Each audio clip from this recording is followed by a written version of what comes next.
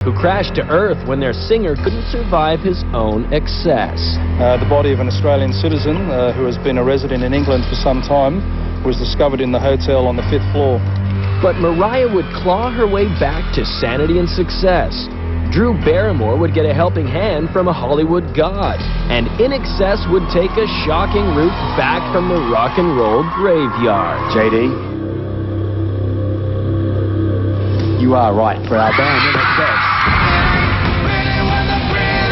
Watch what happens when the world's biggest stars take a spectacular nosedive and survive.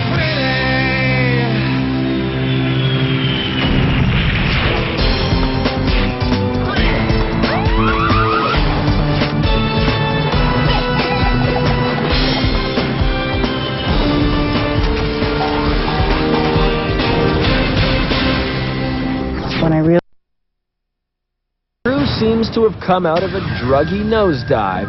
Inxs couldn't pull off the same trick until the band made an astounding gamble. How the unlikely payoff would help put the band from down under back on top. Next on Nosedive. Or pulled themselves out of potentially career-killing nosedives. But no one's career has come back to life more improbably than Inxs. Okay, sorry. Let's go on stage now. That's it. Really sorry about this. Goodbye. They were a band of brothers, literally. Make sure you eat all your vegetables now. I'm eating my broccoli. Don't waste this either. The three Ferris boys were the backbone of Inxs. And over the years, their camaraderie would carry the group through the highs and lows of a 25-year career. Every single one of us, the devil inside. From the beginning, though, it was charismatic singer Michael Hutchence who stole the show. With his pouty good looks and druggy swagger, Hutchence brought Inxs to a higher level. With Inxs, we're an unusual animal, and we have to take care that that's preserved. That iconic presence meant that he was often compared to the leading men of rock. Kim Morris is dead. Michael Hutchence is happening. Like, why compare him to someone dead? While the group had been well known on Australia's bar circuit well before the 1980s, Inxs shot to international fame with their 1987 album, Kick. The collection of sleek, danceable rock and classic ballads gave the band 4 top 10 singles in the U.S. Suddenly, Inxs were everywhere, topping charts across the globe and delivering mesmerizing concerts wherever they went. At the time, they challenged U2 for the title of biggest band in the world. There was no debating it. Michael Hutchence and the Ferris brothers were at the top of their game. It's really easy for us because we know each other so well, to make each other feel really good or really bad, like that. After taking a brief time out, they kicked off the 90s with the album 10. Despite the hit Suicide Blonde, 10 was relatively disappointing and marked the beginning of a long decline for the band. Having the time frame of it being some dinosaur band, but actually not being that, really, I don't think. They were determined to continue on their own terms, despite declining album sales. If it's not a popular thing to be or do next year, that's too bad for us. And it doesn't really matter, because we just continue doing it. But in 1997, the decision was made for them.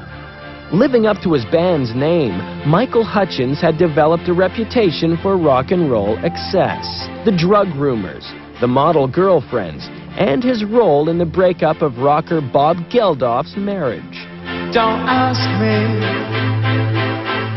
what you know is true. It all took a toll, and on November 22nd, Hutchence was found dead in his Sydney hotel room, the victim of what looked suspiciously like a bit of autoerotic fun gone wrong. The body of an Australian citizen who has been a resident in England for some time was discovered in the hotel on the 5th floor.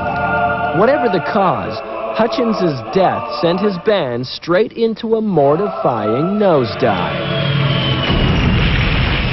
Everybody's wondering, you know, why? Because he was a level-headed fella. He wasn't one of these guys that were sort of up and down, you know, like a lot of people in the business are. Fewer things are more difficult than replacing a lead singer. But after some soul searching, the rest of Inxs seemed ready to do the unthinkable. And the five of us are still here, and you know, Andrew still writes songs. A year later, the band was playing live with a rotating cast of frontmen, including soul singer Terence Trent D'Arby. But the biggest surprise would come in 2004, when Inxs announced it was teaming up with Survivor producer Mark Burnett. The idea? Find a new lead singer with the help of reality television. With the series gearing up, thousands lined up for worldwide auditions. What we're not after is a Michael Hutchence look-alike or sound-alike. JD, you are right for our band, Inxs.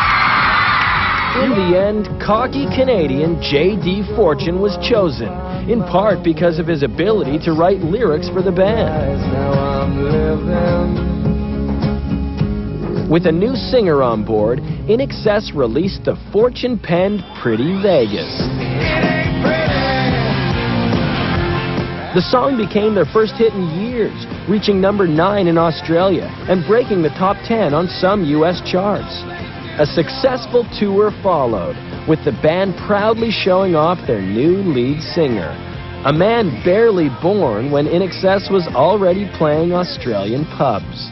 We are probably the best live band on the planet.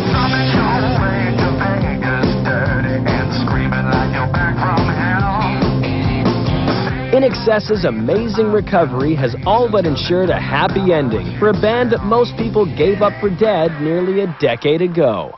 Thanks for watching Nosedive. Keep your eyes on the skies for more falling stars.